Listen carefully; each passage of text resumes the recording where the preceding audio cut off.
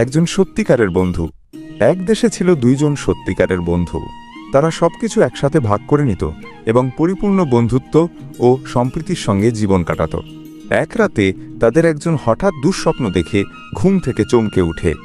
সে তাড়াতাড়ি বিছানা ছেড়ে উঠে কাপড় পরল আর সোজা তার বন্ধুর বাড়ির দিকে রওনা দিল। সেই বন্ধুর বাড়িতে গিয়ে দরজায় টোকা দিল, টক টক, ঠক ঠক। ভিতরে থেকে কেউ একজন ভয় পেয়ে দরজা খুলল। বাড়ির মালিক, তার বন্ধু, সঙ্গে সঙ্গে ঘুম থেকে উঠে নিচে নেমে এলো কি হয়েছে দেখতে। বন্ধুকে দেখে সে বলল, প্রিয় বন্ধু, আমি জানি তুমি এমন কেউ নও যে অকারণে শুধু শুধু মাঝরাতে আমার বাড়িতে চলে এসেছো। তুমি এসেছো মানে নিশ্চয়ই তোমার কোনো বড় সমস্যা হয়েছে। যদি তুমি খেলায় সব টাকা হারিয়ে ফেলো, এই নাও, আমার কাছে কিছু টাকা আছে, এটা নিয়ে নাও। আর যদি কারো সঙ্গে তোমার ঝগড়া হয়ে থাকে এবং তোমাকে সাহায্য দরকার হয়, তাহলে আমরা একসাথে মোকাবিলা করব।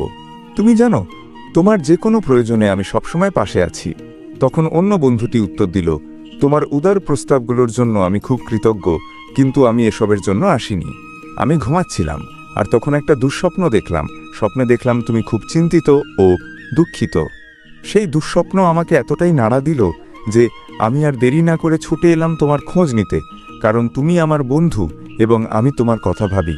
সত্যিকারের বন্ধুত্ব মানে হলো একজন আরেকজনের প্রতি বিশ্বস্ত থাকা, উদার হওয়া, সুখের মুহূর্ত ভাগাভাগি করা এবং দুঃখের সময় পাশে দাঁড়ানো, একে অন্যের প্রতি দরদ থাকা। গল্পটি সত্যিকারের বন্ধুত্বের গুরুত্ব তুলে ধরে। এটি শিক্ষা দেয় যে বন্ধুদের মধ্যে বিশ্বাস, উদারতা এবং একে অপরের প্রতি সমর্থন থাকা উচিত।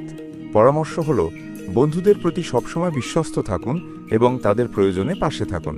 সত্যিকারের বন্ধুত্বের মূল্য এবং বন্ধুদের মধ্যে সমর্থন ও বিশ্বস্ততার প্রয়োজনীয়তা তুলে ধরে।